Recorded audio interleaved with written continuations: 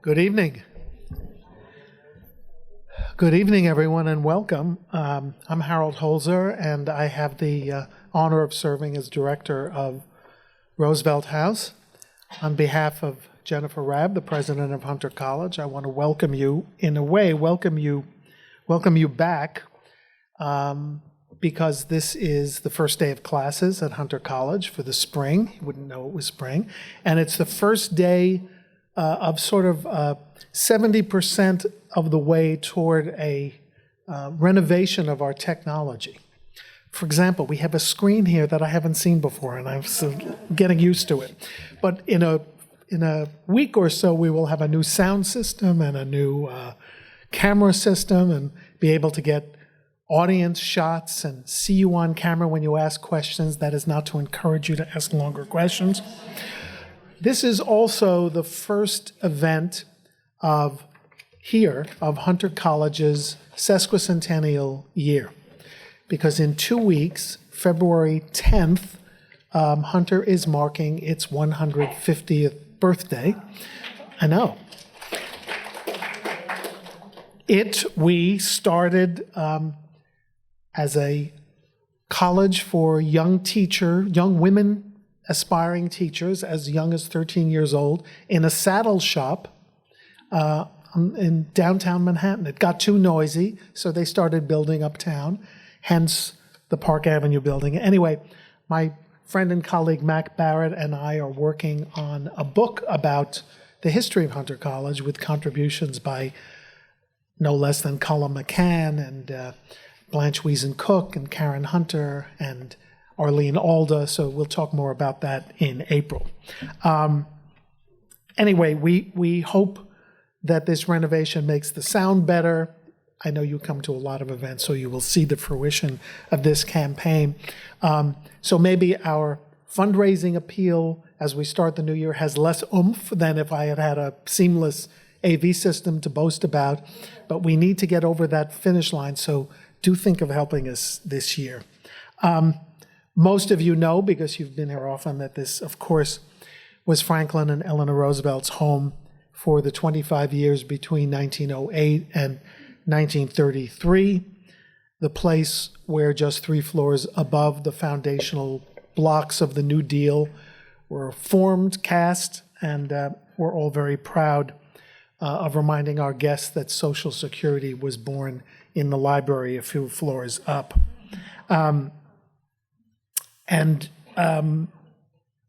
It gives one faith in a way that 77 years later, I've waited until now to be able to say that, by the way. I've been here 5 years. I've finally been able to relate to 77 years with FDR. That Roosevelt said at the time, our duty is to reclaim security and freedom in an anxious age. Those are words that could be written today. And I cite them because they're from the subtitle also of a 2004 book written by our special guest, right? Jeffrey Rosen. I think I took some liberties, but it's there. Among Jeffrey Rosen's other books are The Unwanted Gaze, The Destruction of Privacy in America, Constitution 3.0, Freedom and Technological Change, which he co-edited, and biographies of 2 Supreme Court justices before tonight's, William Howard Taft and Louis Brandeis, as well as the extraordinary book, The Supreme Court, The Personalities and Rivalries That Defined America. His latest book is, I want to say in a positive way, more of the same, but it's also entirely different. It's about justice and constitutionality on the High Court, to be sure, but it's also about one powerful and iconic presence up close and personal, the extraordinary Ruth Bader Ginsburg. We're glad that as a young law clerk, Jeffrey met her one day in an elevator when she was returning from an exercise class. And Jeffrey was probably doing exercise too, we'll find out. And we are grateful he is here to share that story. One word about this home's most famous co-occupant. It's worth remembering that the Bader household in New York was a Roosevelt household. Ruth's mother often read a particular bedtime story every night aloud to Ruth. Guess what it was? It was the latest My Day column by Eleanor Roosevelt. And I found that in 1946, several eighth graders at PS 238 in Brooklyn contributed columns to the school paper, which was called the Highway Herald. Most wrote about the Glee Club and the gym and other social activities at the school. 13-year-old Ruth Bader wrote about the step-by-step progression of legal rights and obligations from the Ten Commandments to the Magna Carta to the Charter of the brand new United Nations, knowing that Eleanor, the woman about whom her mother read every day, had just become an ambassador to the UN, courtesy of President Truman. And she ends with, typical 13-year-old, right? We must try to train ourselves and those about us to live together with one another as good neighbors from this idea that is embodied in the great new Charter of the United Nations. It is the only way to secure the world against future wars and maintain an everlasting peace. Wow. It's a pleasure to introduce our special guest. I hope he wasn't planning to tell that story. I apologize if he was. Uh-oh, I'm getting the glare. Jeffrey will speak to us. He will allow you to ask questions, and then we will go upstairs and celebrate. And your only obligation is to buy the book so he can sign it. And I know you'll want to after tonight's talk. Please welcome Jeffrey Rosen.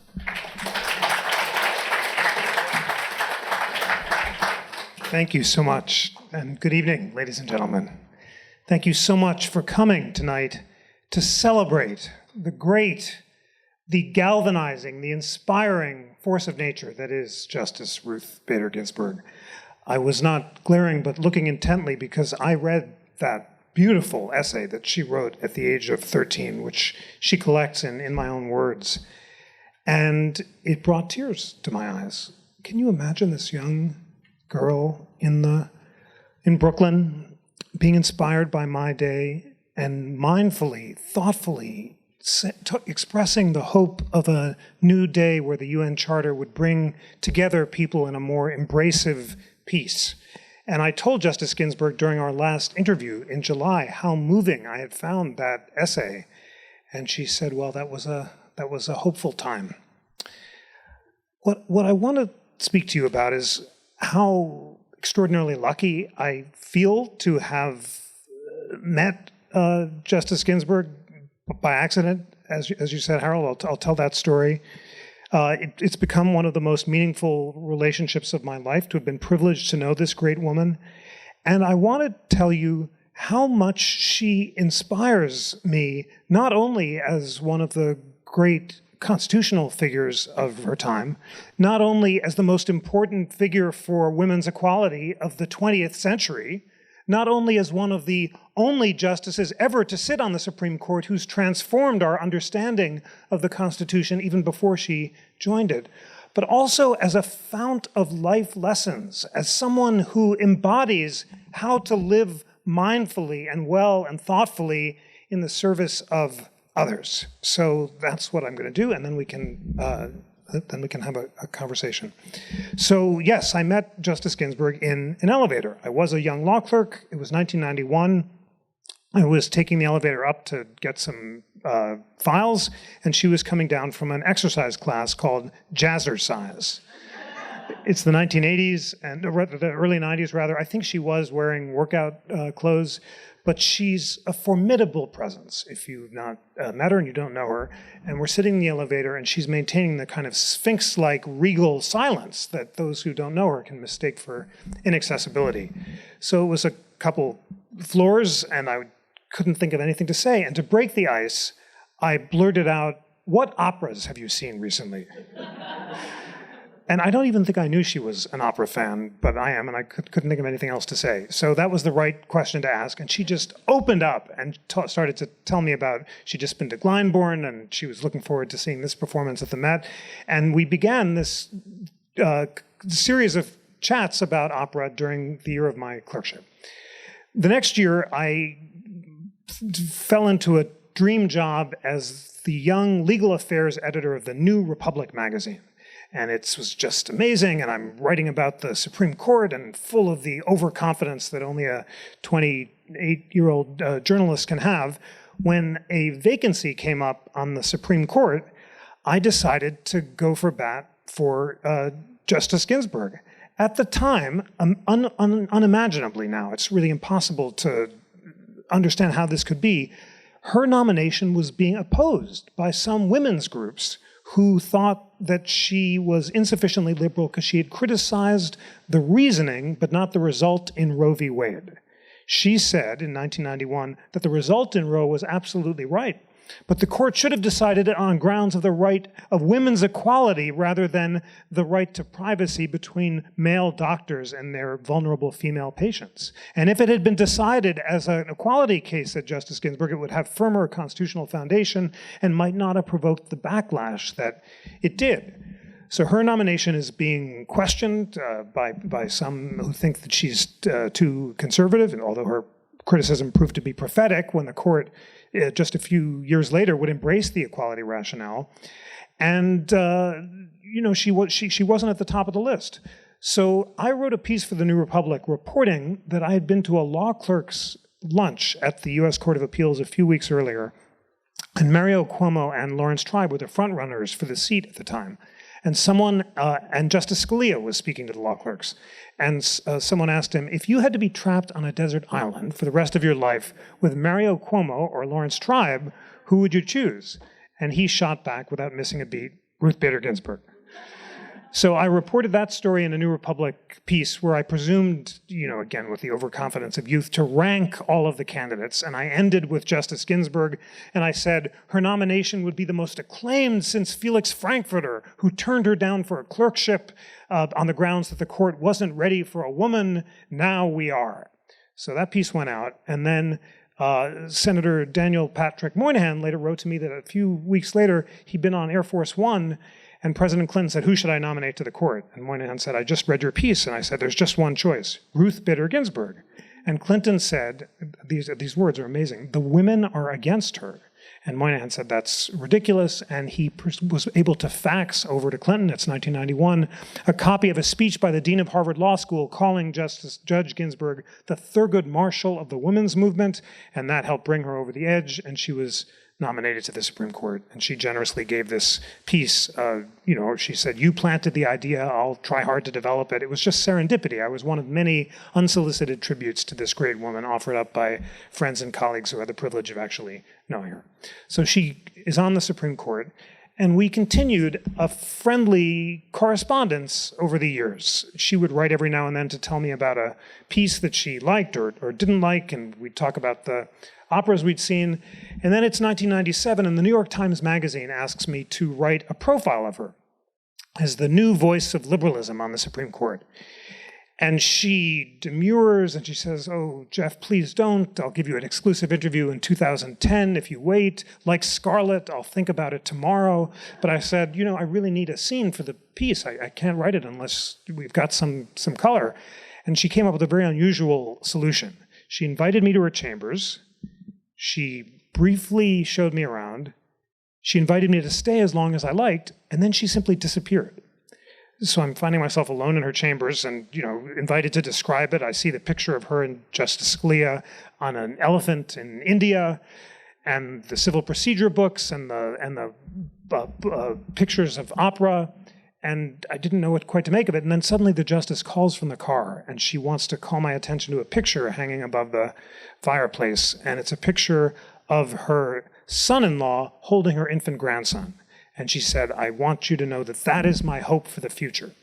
And at the time, I thought it was a kind of platitude about grandchildren being her hope for the future. But then I read some of her speeches and realized she was saying something much more significant. She was saying that when men take equal responsibility with women for childcare, then women will be truly equal, and that is her hope for the future. And she was so keen on the centrality of men and women taking equal responsibility for childcare. And she offered up as a model her glorious marriage to Marty Ginsburg, which all who had the privilege of knowing them together were inspired by. Their incredible love story, his ebullience.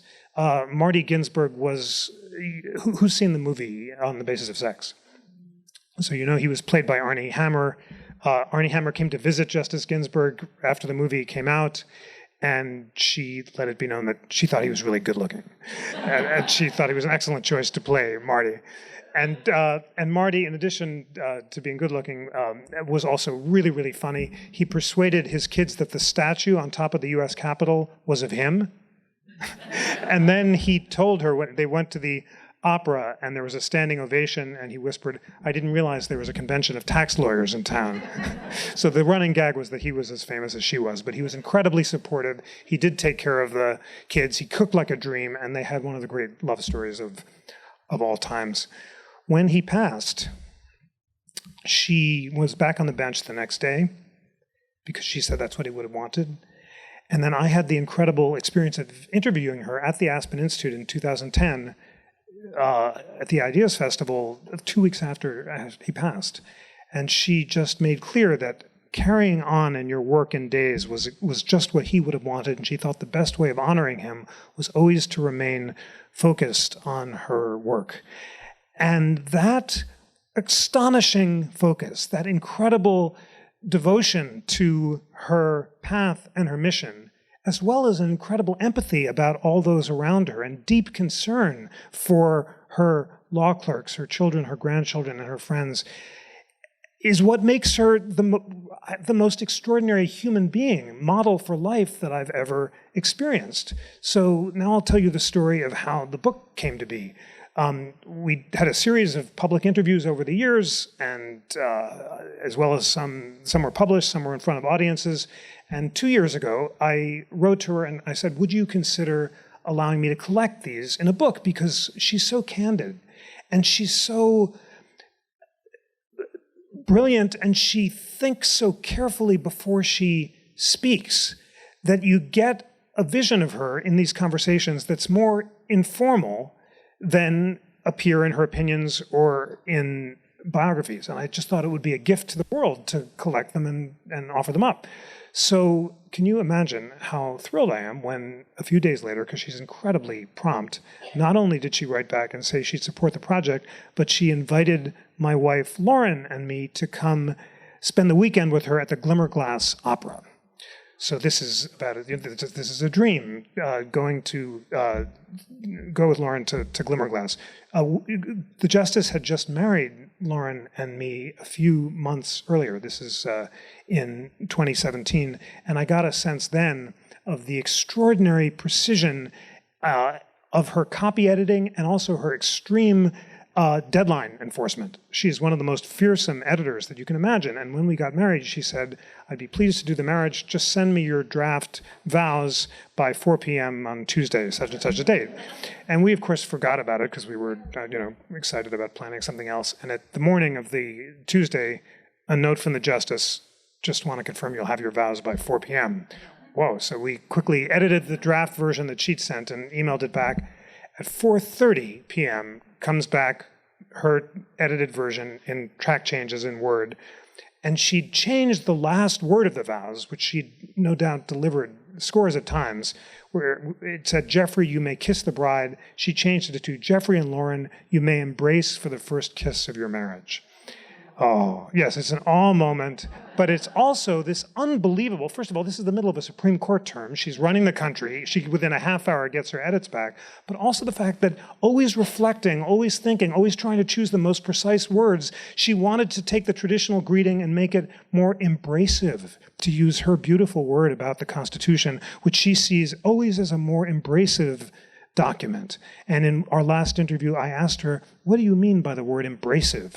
And she said, embracing the left out people, not grudgingly, but with open arms. That's her vision of the Constitution. And she attributes it to the founders, and she's made it uniquely her own. So we had this wonderful marriage, and then we went to Glimmerglass, and we had this extraordinary experience of staying with the Justice and her amazing son, who runs a classical music company, and her daughter-in-law, Patrice Michaels, who wrote this beautiful song cycle, Songs of the Notorious RBG, which we performed for the National Constitution Center in D.C. just a few weeks ago. And I had yet another interview with the Justice, which will be in the paperback, and I'll tell you about some of the highlights of that. But at this dream weekend, we arrived, the Justice descends down the grand staircase, and she says, let's get in the car. Margaret Atwood is giving a lecture about the future of feminism. So we pile into the SUV, and then we hear Margaret Atwood, who's doing an opera at Glimmerglass based on The Handmaid's Tale, talking about why she thinks that the third wave of feminism embodied in the Me Too movement will provoke a backlash that will lead to a retreat for women's rights. And then I was able to interview both of them as they had a discussion, and Justice Ginsburg said she did not think there'd be a backlash because there was a critical mass of women who would not allow that to happen. So that was just an amazing experience, and the music was great. And at the end of one of the evenings, I did another one of the interviews for the books. So I sent her the manuscript last fall, I suppose. And then she got ill. She had cancer surgery last year, and I didn't know what to expect. And of course, I didn't want to bother her, and I was praying for her along with the entire country. Imagine how I felt when on June 27th, just 10 minutes after the Supreme Court term ended, I got an email from the Justice saying, I've edited your manuscript and I'll give it to you next Tuesday. Oh my God. So I go to the court and she hands me the manuscript with every single page marked up in her beautiful pencil, changing typos, periods, commas. Again, you really don't want to submit a badly typed proofread manuscript to this amazing editor, but also changing individual words to make it more precise and to make her meaning clearer. And I was literally stunned, and I said, how on earth did you have time to do this in the middle of all your responsibilities, and you were ill? And she said, well, I told you I would do it, and I'd like to meet my deadlines.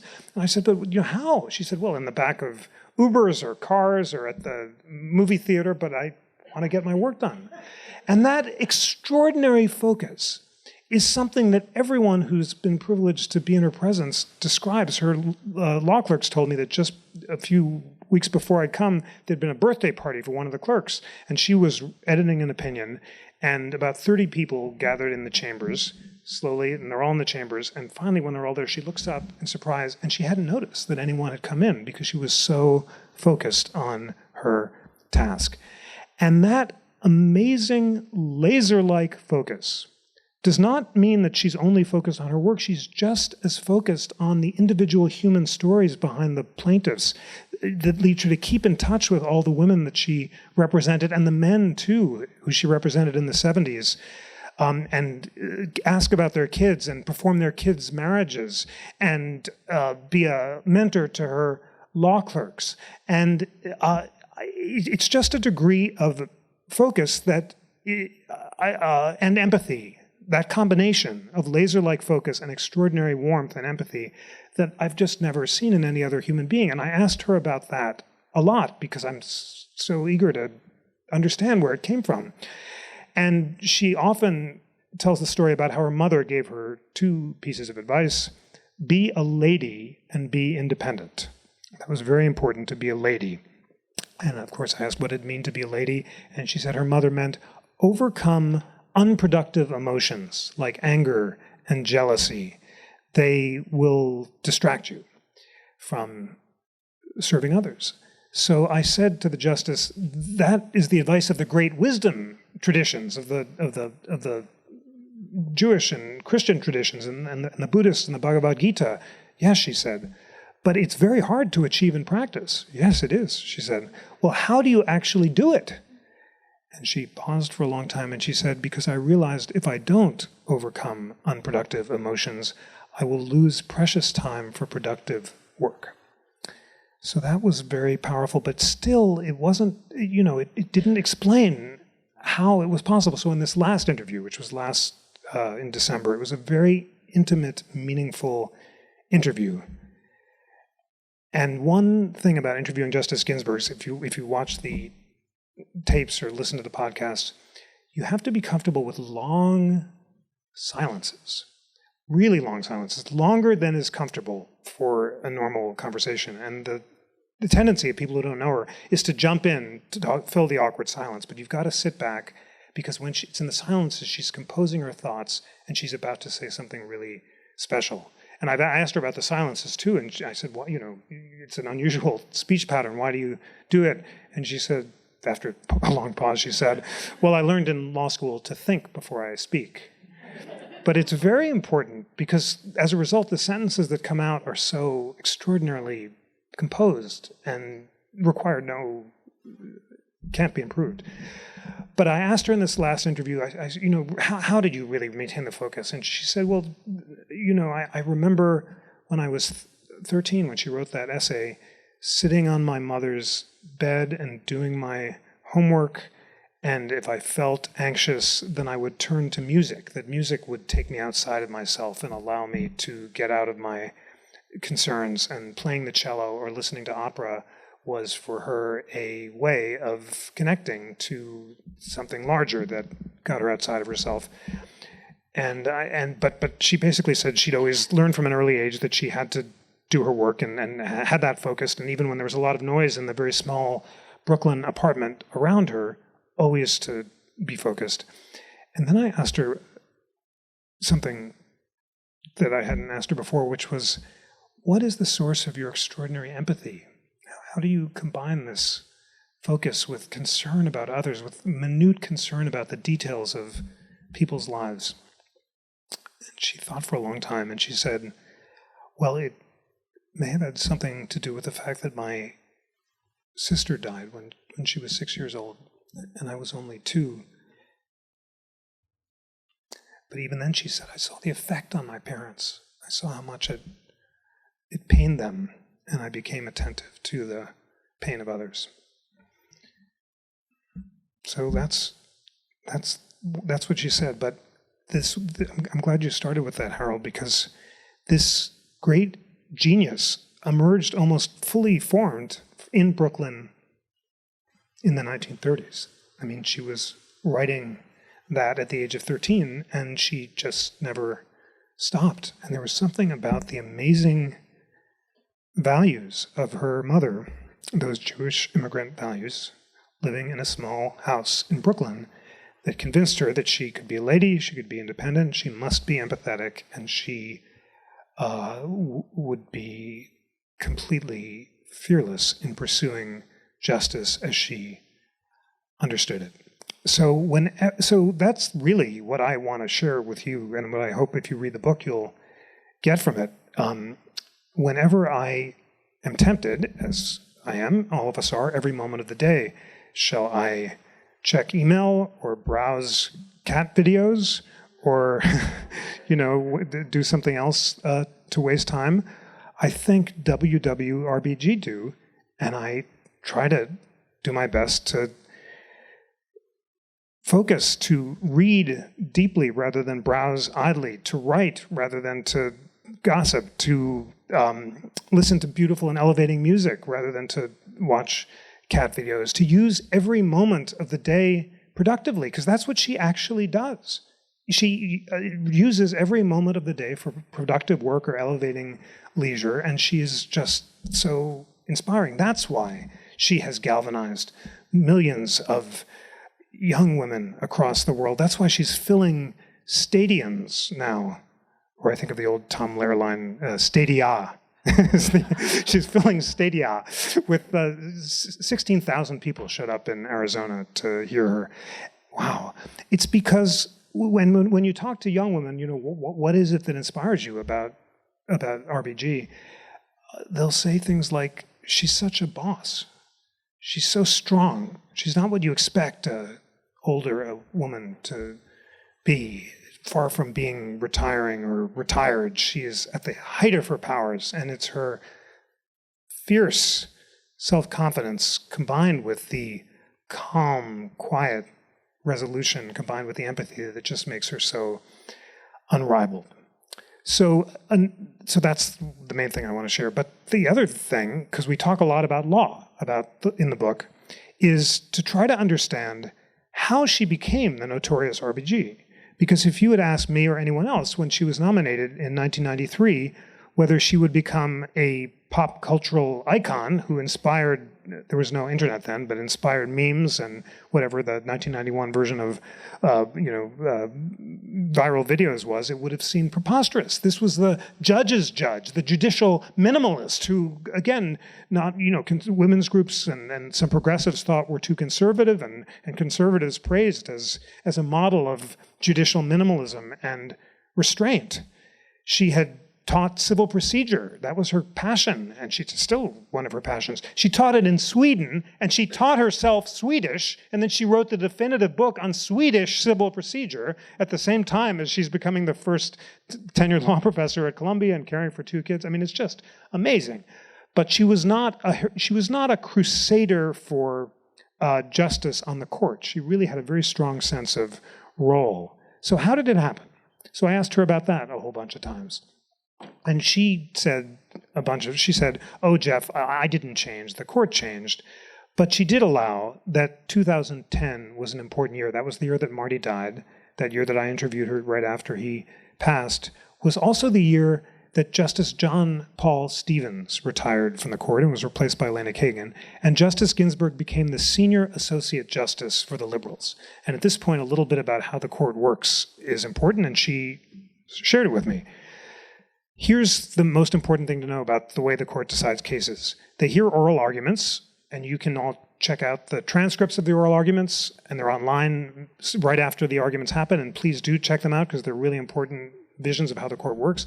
And then twice a week when the court sits on Wednesdays and Fridays, the justices meet in their private conference, and they vote on the cases. And they go around the table in order of seniority. The chief votes first because he's considered most senior, and then the next most senior justice, who right now is Justice Thomas, thank you, and then the most junior justice, Justice Kavanaugh. Then they count up the votes. If the chief is in the majority, if he's one of 5 in the majority, he can either write the decision himself or assign it to the judge who is on the fence or best reflects his views. If he's in the minority, then the senior associate justice for the majority is a shadow chief. She, or he, can write the opinion herself or assign it to whoever is on the fence. And if the senior associate justice is in dissent, then she can write the lead dissent. So now you see when Justice Ginsburg replaced Justice Stevens, she got to be the shadow chief when the liberals were in the majority, and she got to be the lead dissenter when she was in dissent. And as she told me, John used to keep all the best opinions for himself, and when she was able to assign them, she wrote a couple of really important majorities, but suddenly she can become the voice of opposition for the liberals. And she decided that it would be very important for the liberals to speak in one voice. Stevens liked to have 1,000 flowers bloom. He wrote more separate opinions than any other justice. Ginsburg thinks that the liberals will be most effective if they converge around a lead dissent. And often she was the one who wrote it. So that's 2013, Shelby County, the voting rights case. That was the case that inspired that NYU law student to create the notorious RBG meme. And suddenly you see Justice Ginsburg speaking in using phrases that she hadn't used before, like that incredible metaphor about just because you're not getting wet when it's raining doesn't mean you throw away the umbrella, and objecting to the court's decision to strike down a requirement that jurisdictions that had discriminated in voting on the past get pre-clearance from the Justice Department before they change their voting rules. And she is dissenting in the Lilly Ledbetter case in such fiery terms that Congress overturns the decision, and President Obama signs the Lilly Ledbetter Anti-Discrimination Act in his first day in office. And you have her in the Hobby Lobby dissent involving religious freedom, and she's absolutely on fire. And suddenly she's combining the careful precision of her advocacy, of her days as the judge's judge, with the crusading passion of her advocacy days. And the effect is overwhelmingly powerful. So although she denies changing, I think, and many of her friends think, and many observers think, that she assumed a different voice when she assumed a different role, and she's now speaking with great passion and confidence about what she believes to be injustice, and she's doing that repeatedly. I asked her what she thought the worst decisions the court has ever issued are, and she, without missing a beat, just started listing them. Citizens United, Shelby County, the voting rights case, Carhart, the partial birth abortion case, where Justice Kennedy's abstractions about how mothers who have late-term abortions might come to regret their choice really struck RBG as paternalistic and offensive, and she said so. And then, interestingly, the part of the Obamacare decision where Chief Justice Roberts joined the conservatives in holding that it exceeded Congress's power to regulate interstate commerce. And she feared that that constriction of Congress's power to regulate the economy would come back and be invoked to strike down all sorts of important regulations, like environmental regulations against climate change and workplace discrimination and so forth. So she's very attentive to that danger. And although she assigned to Justice Kagan last term the dissenting opinion in an important case involving administrative law and the power of the government to regulate, this is an issue that she cares greatly about as well.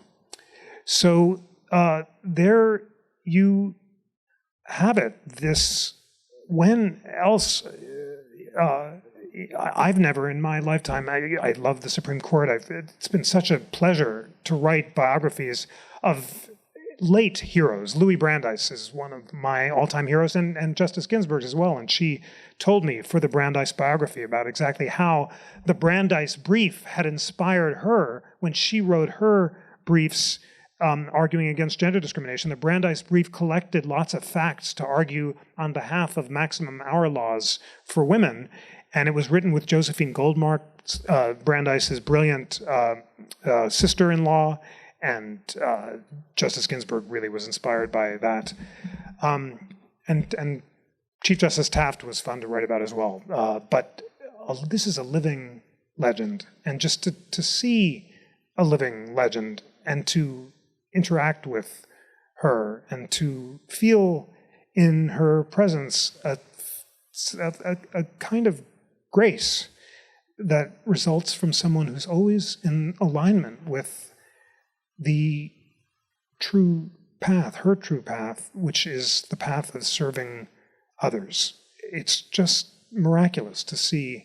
It's astonishing to see her still at the height of her powers.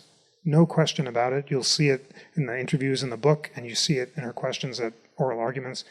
I am, and I invite you to express prayers of thanksgiving that she was just found to be cancer-free, she announced a few weeks ago, and she's going to continue to do her job for as long as she can. At the end of the last interview in D.C., her daughter-in-law, Patrice, whose song cycle it's just so moving, and Patrice set to music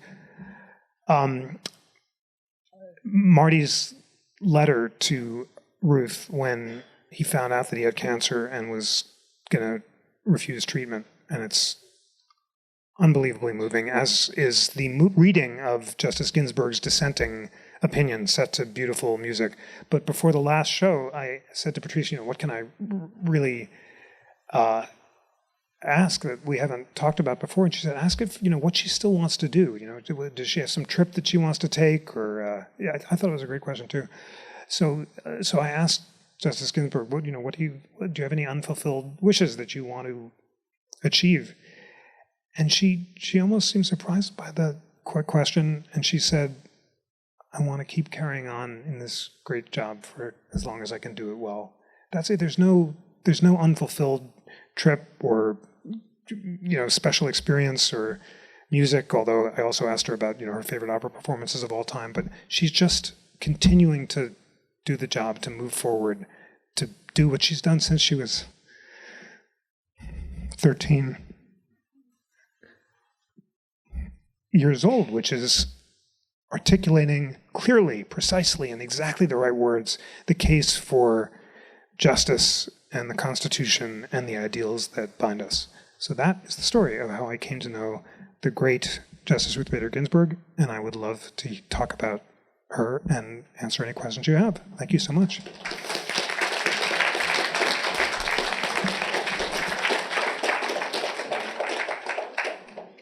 Yes, sir.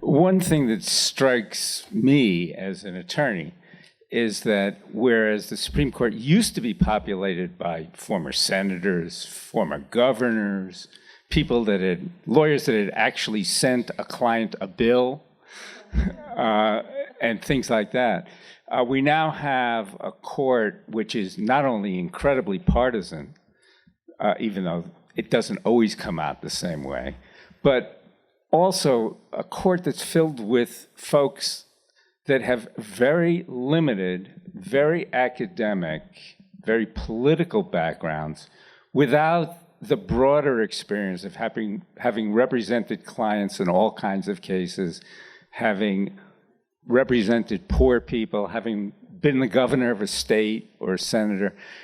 Has Justice Ginsburg ever expressed any opinion as far as this very narrow path that has resulted in judges with very limited experience in real life?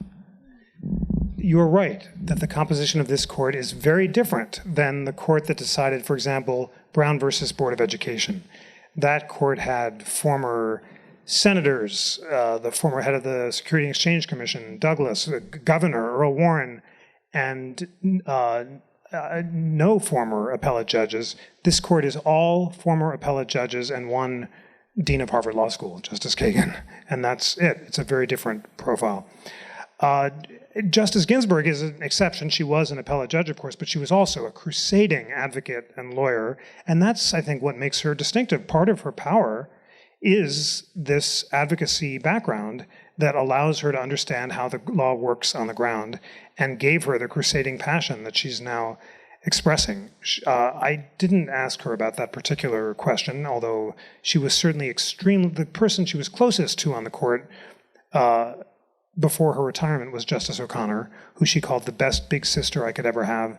And they bonded partly over O'Connor's background in Arizona politics and the fact that she was such a thoughtful Senate Majority Leader in Arizona and invited both sides, Republicans and Democrats, over for taco dinners that she would cook. And Ginsburg appreciated the fact that O'Connor viewed things pragmatically, and as a result, they were able to strike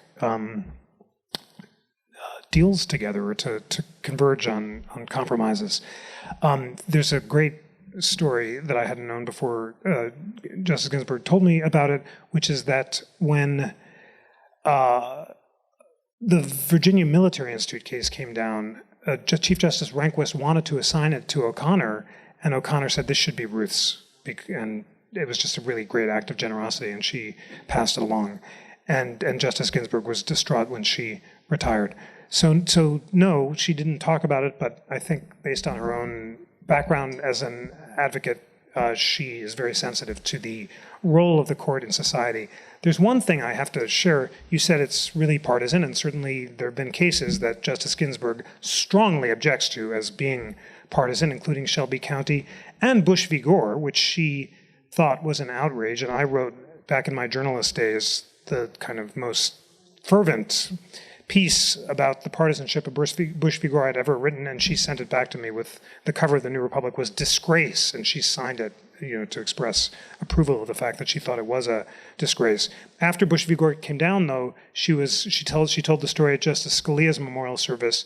She's at the court, and she got a phone call from her friend, Justice Scalia, and he said, "Ruth, what are you still doing there? Go home and take a hot bath." Good advice, she said, which I promptly followed. So she was able to, they maintained that great friendship after Bush v. Gore. But I did ask her many times in the book, is this just a partisan court? And in particular, what do you think will happen to Roe v. Wade? I asked her that a lot, starting in 2010.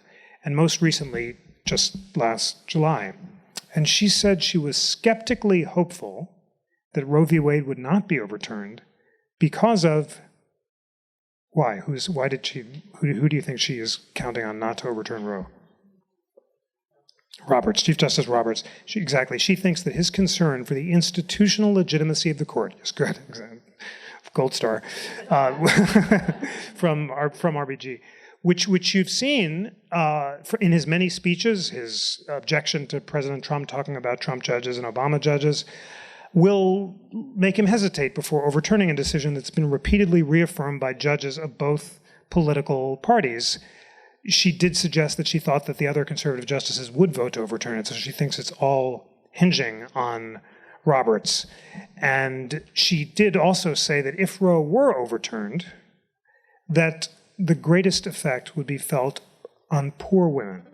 Exactly, of course. She said already, in blue states like New York and California, there'll be no difference at all in access to abortion. Because remember, if Roe is overturned, it doesn't mean that abortion is legal or illegal everywhere in the country. It means that each state can decide for itself. So blue states, which already protect the right to choose, will not only protect it more firmly, will probably expand it and will try to create opportunities for poor women from other states to come and have abortions, because it's the red states where there are already very few clinics. When the one clinic in Kansas closes down, then poor women in Kansas who can't have the funds to travel will not have access in practice to the right to choose. So that's why simply making it possible for poor women to go back to states where they can get abortions in a post-Roe world, which is also an issue today, is something Justice Ginsburg is very concerned about.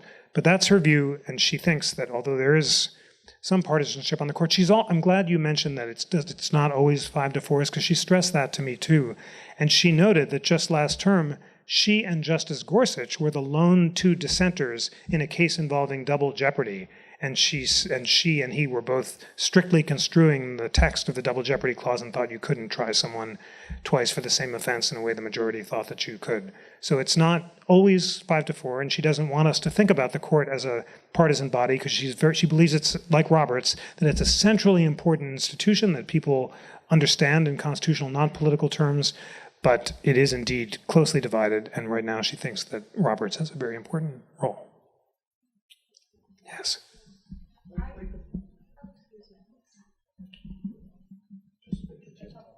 Oh, is it on? Okay, thank you. Thank you so much. I just have a comment and a quick question. One of the people that affected me so much in growing up was Eleanor Roosevelt, and now, of course, Ruth Bader Ginsburg. So I thought that was a terrific story and comparison to think about, absolutely. Who did Ruth Bader Ginsburg have? Great question. Well, she did admire Eleanor Roosevelt. Other than her mother and Eleanor Roosevelt. Her mother and Eleanor Roosevelt are two good places to start. And then she went to Cornell, where she studied English with Vladimir Nabokov. And that's one place that she gets her incredible precision of language. He taught her. Nabokov, author of Lolita and other light classics. He translated Eugene Onegin in the most literal way, and it's not a musical translation, but he was very attuned to the precision of words and the necessity of expressing yourself clearly and precisely. And her writing style is not colloquial, it's very distinctive, it's very particular, I would say. I mean, if you get to know her, then you kind of recognize it, but it has no extra words in it. It's very precise.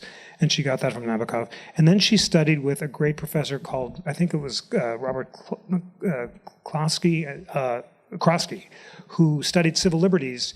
And this is the McCarthy era. And she told me that he gave her a research project to talk about the effect of the McCarthy hearings on civil liberties and on writers who were being blacklisted. And that very much galvanized her and shaped her views. And then in law school, she lionized and very much admired Paul Freund, who was a liberal proponent of judicial minimalism and restraint to emphasize proper legal process. It was he who said, this is quoted on the Basis of Sex movie, that courts should pay attention not to the passions of the moment, but the music of the era, or something along those lines, and basically take the long view.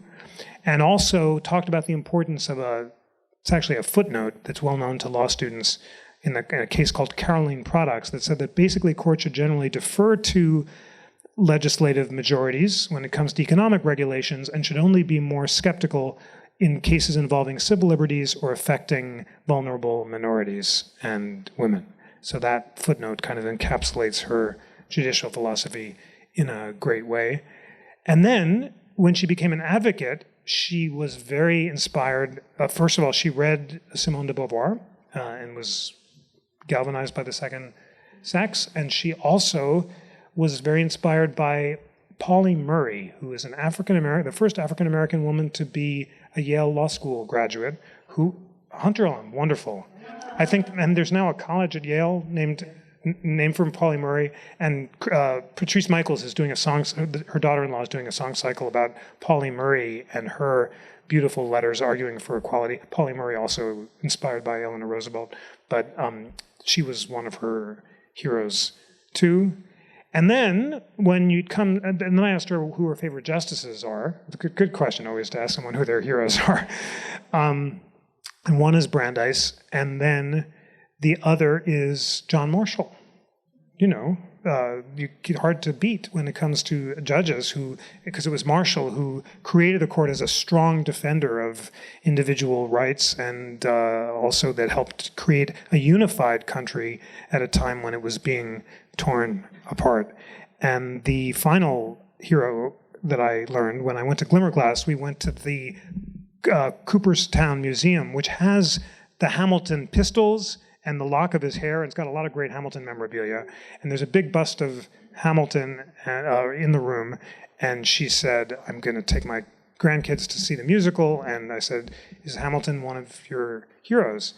And she said, if I had to pick a framer, I'd pick James Madison, who's a much better hero for a constitutionalist. Hamilton he barely spent any time at the convention. And although he wrote the Federalist Papers, he was far less influential in the writing of the Constitution than Madison was. So those are some of Justice Ginsburg's heroes. Thank you so much.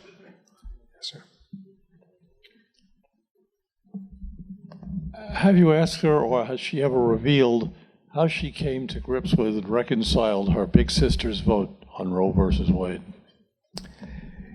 She, well, let's just say I talked to her right after the decision came down, and she wanted it to be known immediately, and this has since been reported, so I'm not revealing her confidence, that it was Kennedy who ultimately cast the vote. O'Connor was insistent from the beginning, as she said at oral argument, why didn't they just read the voting instructions? Her proceduralist temper was not happy with the fact that the poor Florida voters, confused their Buchanan vote for a Bush, a Gore vote. But Kennedy was going back and forth and was kind of being a Hamlet-like agonizer, and it looked like he was going to allow the recount to continue under different standards. And Breyer and Souter made this offer to him, and then at the last minute he changed his mind, and they were left with their hands extended like dupes. So she really was upset at Kennedy. I tried to understand O'Connor's vote, and I had wrongly thought of O'Connor as a kind of indecisive waffler who split the difference in cases because she sometimes voted Liberal, sometimes the Conservatives. Soon after Bush v. Gore came down, I wrote a piece on O'Connor for the Times Magazine. I interviewed her, and after the interview was over, I brought a copy of a Wallace Stegner book that O'Connor loved, and in my absent-minded professor way, I left the book in her chambers after I left. So I excused myself to go back into her chambers to get the book, and I saw that on the seat where she'd been sitting was a pillow, and it was engraved in needlepoint with the legend, "Maybe in error, but never in doubt." And whoa, it was like, whoa, there's the Rosebud moment. Completely wrong to think of her as an indecisive Hamlet like Kennedy. This is a politician, back to your notion, who knows exactly what she thinks. She'll strike this deal or that deal. She'll make up her mind and not look back. And I think Justice Ginsburg understood that. She certainly thought Roe was an outrage. Bush v. Gore was an outrage, and she never will think that it was correct. But she understood that O'Connor approached cases that way and viewed things in those terms, and they stayed incredibly close. And after Bush v. Gore came down, it was O'Connor who gave her advice about her first colorectal cancer surgery and was thoughtful about her recovery. And they just had a really close bond that couldn't be disturbed even by Bush v. Gore, as her bond with Scalia wasn't either. They ultimately got over it as well. Thank you. On a personal level, I'm amazed. On a personal level, I'm so amazed at her perseverance in the face of pancreatic cancer, which is a terrible disease. And I was wondering if she provided any insights to you about her fight against this ill. Thank you. Thank you for asking. No, except to say that work was her great balm, work and music, just not looking back. In the face of great pain and weakness, she just did not allow herself to stop or wallow in self-pity. She told me, she gave me this motto, it was just do the work. And the work was a balm that allowed her to carry forward. And she didn't allow herself to be any less empathetic or thoughtful either. So I had this extraordinary experience. Her first public appearance after her lung cancer surgery last year was at the National Constitution Center performance of the notorious RBG in song, the first time we did it. And it wasn't obvious that she was going to be able to make it, but she could, and she wanted to see it. She showed up. And my mom had died the week before. And as it happens, it was a year ago yesterday. And RBG showed up at the performance. And the first thing she did is just walked up and handed me this note about my mom, which appears as the dedication of the book. And the note is basically, it's hard, even when you're all grown up, to lose a parent, but I know you will carry on in your working days. Isn't that just what she would have willed? So she was giving me the advice that she took for herself. And I think it's an extraordinarily moving and inspiring thing to think of her. This was not an easy, as you say, it's a terrible disease. And then the lung cancer, and she's had a series of extremely serious